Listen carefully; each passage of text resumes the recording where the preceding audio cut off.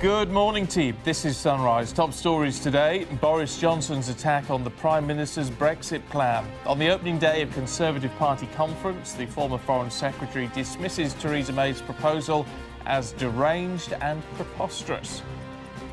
832 people are now known to have been killed after an earthquake and tsunami in Indonesia, but officials fear that could rise to the thousands. Logging off rather than scrolling down official guidelines for social media use amid fears of its impact on child mental health.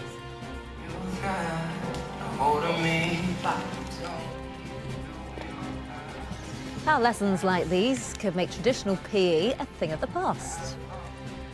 And in the sport this morning, Europe need 4.5 points to win golf's Ryder Cup after opening up a 10-6 lead over the United States.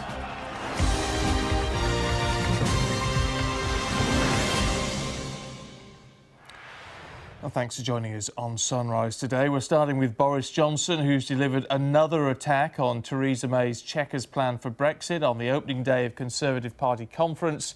He's called it deranged and preposterous. In his latest outburst, the former Foreign Secretary questions whether the Prime Minister actually believes in Brexit. Well, Theresa May says those who refuse to back the Chequers plan are playing politics with the UK's future. Let's remind you now of what the Chequers proposal actually is. Well, we'd leave the European Customs Union, we'd end the jurisdiction of the European Court in the UK, but we'd share a common rule book on goods with the EU so that we could have frictionless trade. And that would mean that we'd still abide by some European court rulings. Well, our political correspondent Tom Rayner reports now from Conservative Conference in Birmingham on the latest criticism of Theresa May's plan and her leadership. The theme of the conference is opportunity, and it's... Now, as you've seen, Sky News is campaigning for an independent commission for leaders' debates at general elections. If you want to join the campaign for a leaders' debate commission, you can sign a petition by going to skynews.com/make-debates-happen. And of course, support the campaign on social media by using the hashtag #MakeDebatesHappen. Well, so far, more than 9,400 people have signed it, and we'll be keeping you updated with the progress. Now to update you on that breaking news this morning, 832 people are now known to have died following an earthquake and tsunami in Indonesia. Officials think that could rise into the thousands. Rescue efforts still ongoing. Dozens of people are reportedly trapped under a collapsed hotel that was hit by a 6-metre-high tsunami wave. The FBI has contacted the second woman who accused US Supreme Court nominee Brett Kavanaugh of sexual misconduct. Deborah Ramirez has claimed that Mr. Kavanaugh exposed himself to her at a party in the early 1980s when they were both students at Yale. Her lawyer says she's agreed to be interviewed by investigators. President Donald Trump ordered the FBI to reopen Mr. Kavanaugh's background investigation after several women accused him of sexual misconduct. He denies the allegations. Elon Musk has agreed to step down as Tesla's chairman. It's part of a deal with US regulators. It comes after the Securities and Exchange Commission sued Mr. Musk for alleged securities fraud. That was all down to the tweet that he sent out to claim he planned to take the company into private ownership. Shares rose in the company before he backed down on that idea. Mr. Musk is still CEO, but both he and Tesla have agreed to pay fines worth £15 million. Now, the American rapper Kanye West has changed his name to Ye. Kanye Vest, were you going to say? Now, that would be good. No, he's changed the second name, and he announced the name change on Twitter this weekend, saying the being formerly known as Kanye Vest, I am Ye. There we go. He's made the change. Ye Vest is really catch on. I like that. It's a rap handle. There you go. Now, medical experts have been told to draw up guidelines for the amount of time young people spend on social media. The Health and Social Care Secretary, Matt Hancock, has expressed concern at the negative impact it can have, and he hit out at Facebook and Instagram over their lack of policing of age limit rules. Well, Charlotte Lomas joins me now. Tell us more. Well, much like the guidelines that we have in terms of how much alcohol we can consume, the government now have asked medical experts to give them an indication of how long children should spend using social media, how long it is safe for them to do so, because there's been this real growing concern, a link to social media and mental health of children, the pressure for them to get likes, the pressure to keep up with their friends, and also the feeling that they're not able to switch off from their devices. So in line with that now, the government, the Health and Social Care Secretary, Matt Hancock, has said he is concerned actually for the mental health well-being of his children. He has 3 children under 12. So he's asked medical experts, as I say, to provide some sort of guidelines, framework, and to really set the norm. So parents don't have to make that decision. They have that taken out of their hands, and there's some sort of guidelines they can follow. OK, Charlotte, thank you. Now, we are at the end of the 4th and final week of Social-Free September. 6 volunteers have been going cold turkey on their favourite 5 social media platforms. And here they're reflecting on the challenge. So it's the last week of Scroll-Free September. Out a bit or just anything, I would find myself wanting to go on one of the apps just to scroll, and I think just to like not think about anything. Now, as we've been saying this morning, more than 800 people, 832 I think is the official figure, have been killed following an earthquake and tsunami on Sulawesi Island in Indonesia. We expect that to rise into the thousands. Imagine what that has left for disaster relief agencies to deal with in trying to find survivors and rebuild communities in all of this. Well, let's talk to Senior Research Fellow at the Overseas Development Institute and Disaster and Resilience expert, Katie Peters. Good morning. Good morning. I mean, the problem with this, we know this happened on Thursday. These figures are slow coming through. Now, surely that must highlight just how difficult it is in terms of damage of infrastructure and getting to these key areas. Yeah, definitely. I mean, it's an extremely difficult situation that the relief operation is happening within. Many areas are still yet haven't been reached, which is why the numbers on people impacted and the death toll is still quite unknown. I think at the moment the immediate priority is search and rescue, ensuring people are reunited with their families, and then in turn making sure that people can have access to safe water, to food and to shelter. And then in the much longer term, actually thinking about reconstruction and rebuilding their lives. And for that to happen, I mean, even to get to that point is hugely difficult, isn't it, in terms of just the scale of what you're dealing with out there? Yeah, most definitely. And unfortunately, this isn't an isolated event. So Indonesia is very familiar with these kinds of disasters. It's part of daily life for most Indonesians. And unfortunately, this does happen a lot. It's a highly exposed area. And what you see is that people rebuild their lives time after time again, but then actually every time something like this happens, they're set back. So it's an incredibly difficult situation. So could this happen again? I mean, we've seen a number of earthquakes in the area, haven't we, over recent weeks. Is it likely that there could be another aftershock? Yeah, most definitely. So aftershocks are a possibility, and I know that people are already preparing in case that's the case. The other thing to bear in mind is that people will need to have quite a number of years to actually think through and rebuild their lives. You know, it's not going to be a quick recovery process. And as I say, this is a highly exposed area, so it's likely that there will be another disaster that happens, even within the period that people are trying to rebuild their lives. I mean, in terms of resilience to this sort of, I know you focus a lot on resilience. I mean, it's very difficult, isn't it, to create resilience amongst a community that is actually very poor and very isolated and is being hit by these natural disasters much more often than we ever are in the UK. How do you start to build resilience? Yeah, I mean, I think you hit the nail on the head. I mean, these are extremely poor communities, and that makes it very difficult to try and think through, you know, how can you reduce the impacts of these kinds of disasters in the future? What's incredibly frustrating is that we have the knowledge, we have the technology, we have the capacity to be able to reduce the impacts when these kinds of things happen. But Indonesian government and Indonesian people are extremely constrained by limited resources. So it takes time, it takes money, it takes technical capacity to be able to know how to be rebuild. And those are the kinds of things that, you know, people are really struggling with working through in order to make sure that, as I say, when this happens again, because unfortunately a tsunami will hit the area again, that actually the impact is less than what we're seeing at the moment.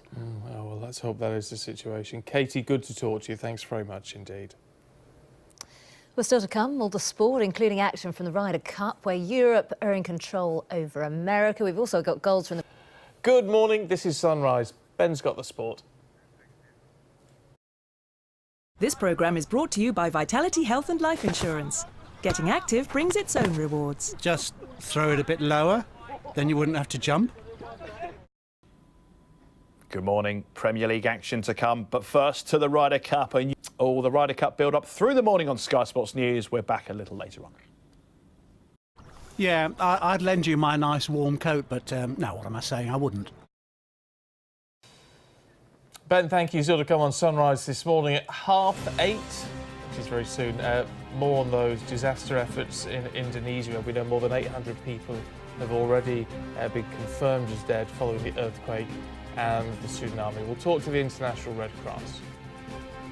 Now, are you one of those people who dreaded PE at school? We'll be talking and taking a look at the personal trainer at 8:40 on Sport England's new programme that could see the introduction of alternative activities such as yoga or archery in schools.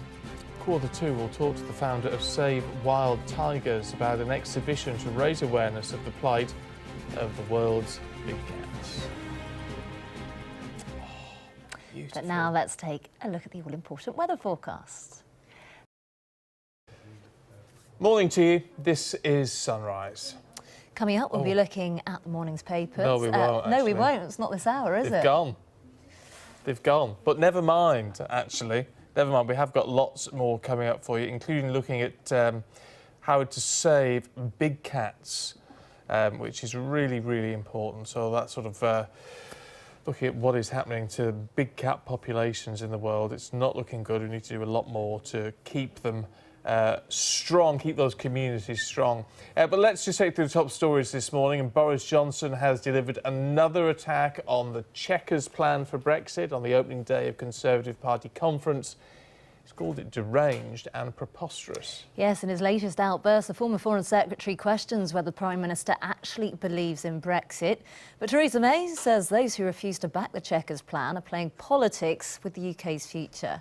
Our political correspondent Tom Rayner reports from the Conservative Party conference in Birmingham on this latest criticism of Theresa May's Brexit plan and her leadership. The theme of the conference is opportunity, and at Sky News in Birmingham. Well, Sophie Ridge is in Birmingham for her programme at 9 o'clock this morning. We'll have a quick chat to her now. And certainly the former Foreign Secretary, Sophie, has set the cat amongst the pigeons pretty quickly, hasn't he? He has. I mean, it's almost become something that's somewhat predictable, really, I guess. Boris Johnson throwing a hand grenade into Theresa May's hopeful plans of wrestling back control at Conservative Party conference. Of course, the former Foreign Secretary resigned over her Chequers deal. We'll be speaking to somebody who also resigned over that planned proposal for leaving the European Union, David Davis. So I think it'll be really interesting to see what the former Brexit Secretary makes of Chequers and where we are at. We're just 6 months to go until we leave the European Union. So that's an interview I'm really looking forward to this morning. Another one, of course, is Brandon Lewis. Now, he is the Conservative Party chairman, so he's in person in control, in charge of the conference today and as the week goes on. Also, of course, responsible, you might say, for that app that has caused such a flurry of excitement ahead of the Conservative Party conference kicking off, because, of course, it potentially exposed the personal details of every single person attending a conference, from the Foreign Secretary to journalists to campaigners, and that really, I think, is a very potentially serious data breach that we'll be asking him about as well. So some big interviews coming up, not least, of course, with Ruth Davidson, the leader of the Scottish Conservative Party, a woman that lots of people were talking about as a potential future Prime Minister. She ruled herself out. She's pregnant. She was talking about valuing her mental health too much to want the top job. But so it'll be quite interesting to see where she's at when it comes to her own personal ambitions, but also where she feels the party's at, as this is, of course, the last Conservative Party conference before we're due to leave the European Union next year, so plenty to go at. Certainly is, Sophie, thank you. Over 800 people have died and many more are missing after a tsunami swept through Indonesia's Sulawesi island. The Indonesian government and relief agencies are still trying to find out exactly which areas need the most help. With us from Kuala Lumpur is the head of the Disaster Crisis Unit and the International Federation of the Red Cross's Asia Pacific Unit, Nasefa Magendi. Very good morning to you. First of all, just talk us through, the death toll has risen considerably. They think many more hundreds could have died. What is the situation like on the ground? Thank you. Yeah, indeed, we got news today that the death toll has increased. Now it's actually 405, and that's based on the body count. It is likely to increase because rescuers and responders are still going through rubble. We expect that it will go, and we're talking about the city of Palu, which is about 80 kilometers from the epicenter. We do not have information about the impact in Donggala, which was actually the epicenter, which is has a population of around 300,000 people. So that's our biggest worry, that we would be having an increased number of casualties in that area. We also have to mention, we're talking about tsunami. What about in the inner areas, remote communities which are affected by the earthquake? So what kind of aid and help is there now on the island? Yeah, as usual, in any disaster, the local communities are the first to respond with what they have within their neighbors, and that's what they've done there. It happened that the communications power were cut, logistics were cut, and that's what we have on the ground.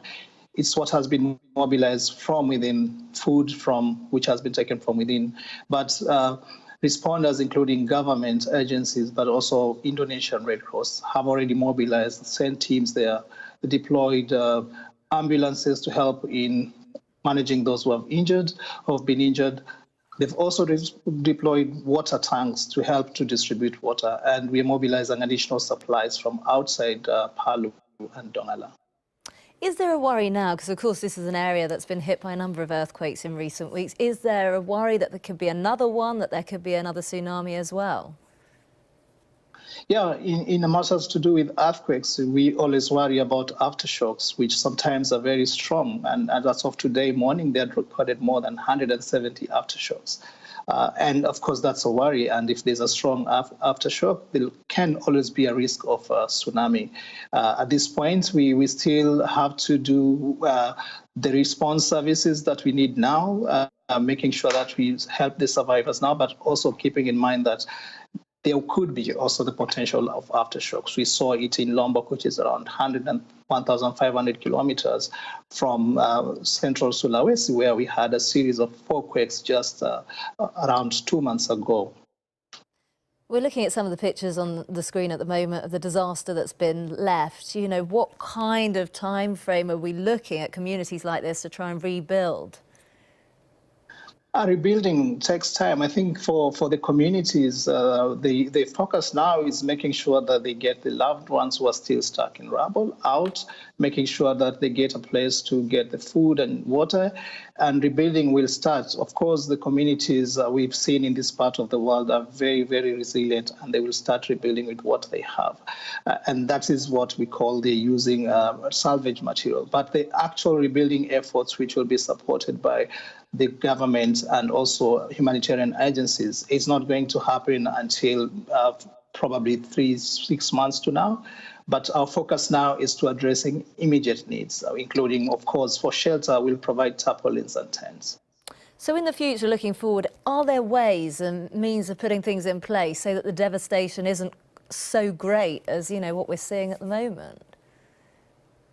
Yeah, and I think we have to give credit that there's a lot of work which has been done in terms of making sure people are aware of the disaster risk, including earthquakes. In that part of the world, I think Indonesia lies in the ring of fire, as it is called. And there are efforts which have been happening since the tsunami of 2004 to make sure that communities are aware of the risk and they know evacuation routes. And we know that after this powerful earthquake, there was a tsunami alert which was issued. And some people left, and probably if that had not gone out, we could have had a larger impact. impact. So these efforts continue, and the impact may not be seen in terms of the scale we are looking at now. But again, if you look further, you'll see that there are some benefits of what is being invested in what we call disaster risk reduction. OK, Nasefa Magendi, thank you for your time. Thank you for having me. A new pilot scheme is being set up to give children a say in what activities they do during PE. Sport England sees it as a way to engage those youngsters who don't really care about mainstream sports, but may be more interested in things like archery or yoga. Let's talk to personal trainer Sharif Nashashibi. Good morning. Morning. Nice to see you. What do you make of it? I think it's a fantastic idea, particularly given today's obesity problem among children in this country. The only way you're going to get children to be active is to get them doing something they enjoy. But are they going to be that active if they're just doing yoga? Well, it's not just yoga that's on offer. There's high-intensity interval training, there's Zumba, there are a range of other activities that are just as intensive as, say, football or rugby. So it's a range. And the fact is, if you have a choice between a child doing nothing because they don't enjoy what they're doing or doing something active on any level, I would rather they do that. You see, whilst I sort of agree with that, and as someone who hated sport at school, I can see the benefits. What sets the alarm bells off in my head is saying, let's give children the choice, because if you ask 30 kids what they want to do, you're going to get 30 different answers. Yeah, I mean, obviously there'll be budgetary constraints if the range is too broad, but broadening the range in principle is always going to be a good thing. As you said, for instance, when I was at school, if you went into football or rugby, your options were pretty limited, and I think that broadening the range is also moving away from these traditional sports that tended to be quite male-centric. So I think this is a further encouragement to get girls active, which I think is important. Surely it's all about being a team. You know, sports like, as a girl, played netball, hockey, that kind of thing. It's about being a team. Not quite. He didn't like sport. I did. I didn't like maths. Yeah, and it's about the competitiveness. And if you're asking people to do things like Zumba and yoga, it's not quite the same, is it? I mean, why do we have to encourage kids to be competitive? I mean, let them be active. Let them enjoy being active. If they want to be competitive, they have that choice, but they should also have the choice to do non-competitive activities. Go on, answer that, Rebecca. Oh, is it sugarcoating kids, though? I mean, many people would say no. I appreciate that, but, you know, at the same time... If not so many kids were obese these days, I would agree with you. But we really do have an obesity problem among kids, and we have to get them active. So anything that encourages them to do that, including giving them more exercise options, I think is worthy of a try. So what is worth doing, then? I mean, we've talked this morning about... I mean, you've mentioned Zumba, which, you know, is pretty... sort of energetic, but we've also talked about archery. I like a bit of archery, and yoga that we've seen some images of. Now, those things don't strike me as anything which are going to sort of get the metabolism going, particularly.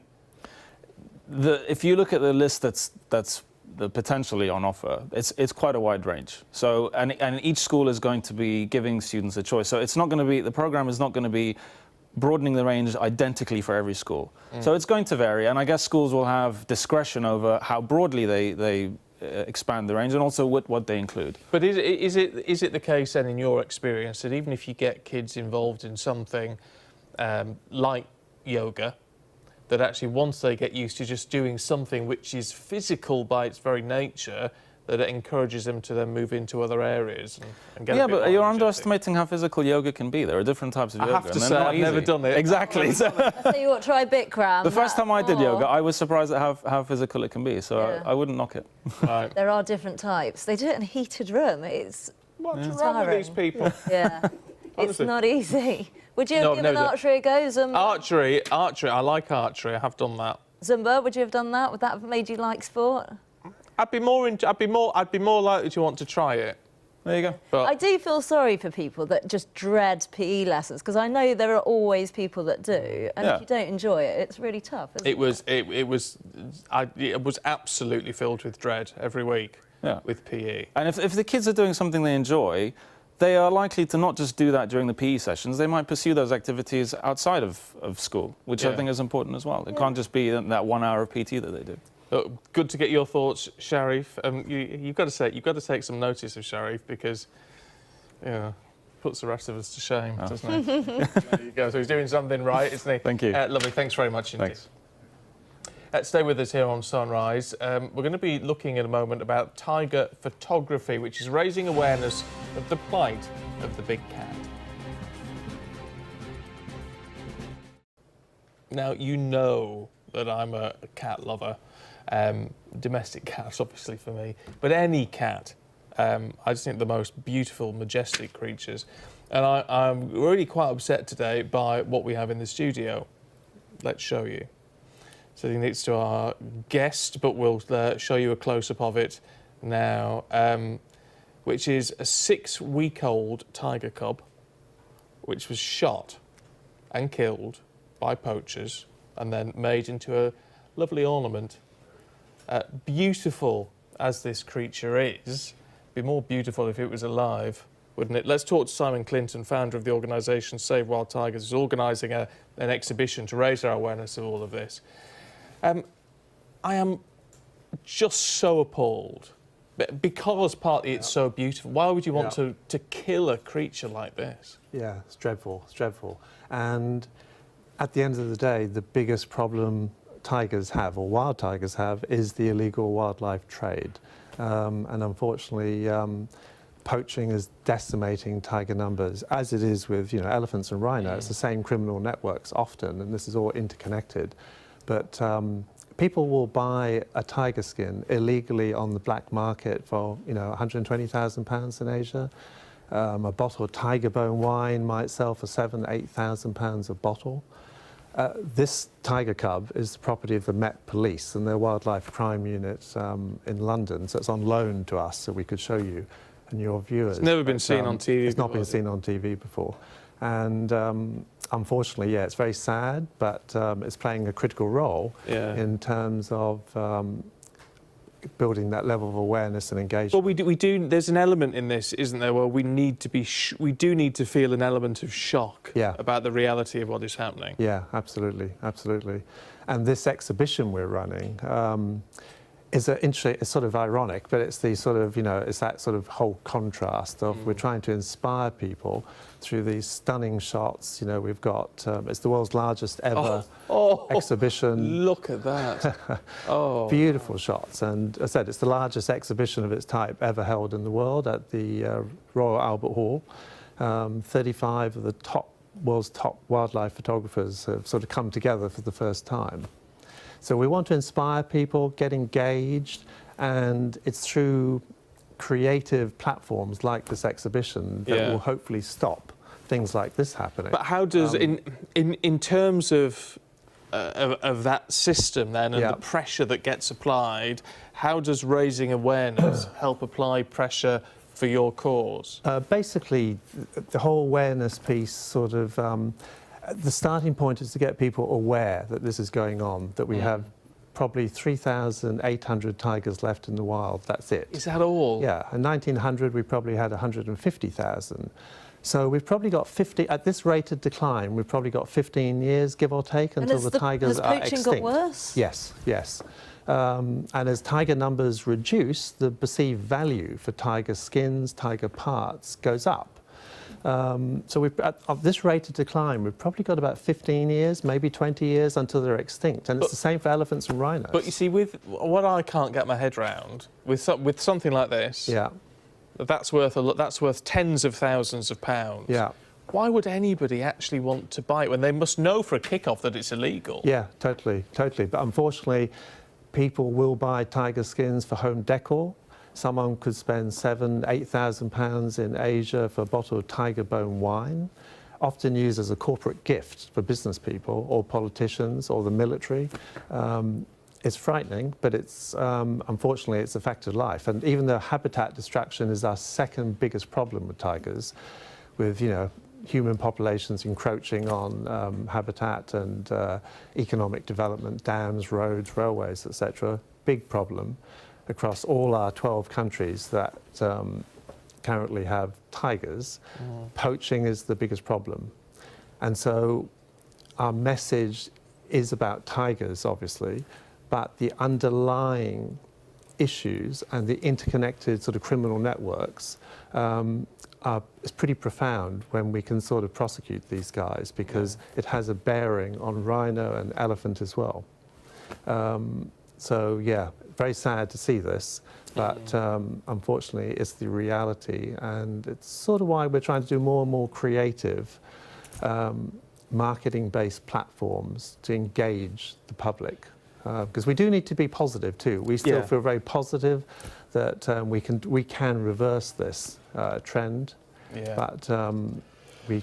Well, look, I wish you every success on that. I can tell you now, when I get home, Timmy is getting an extra large cuddle. I tell you. Simon, thank you very much indeed. Thank you, thank you. OK, on that note, let's go look at the weather for you.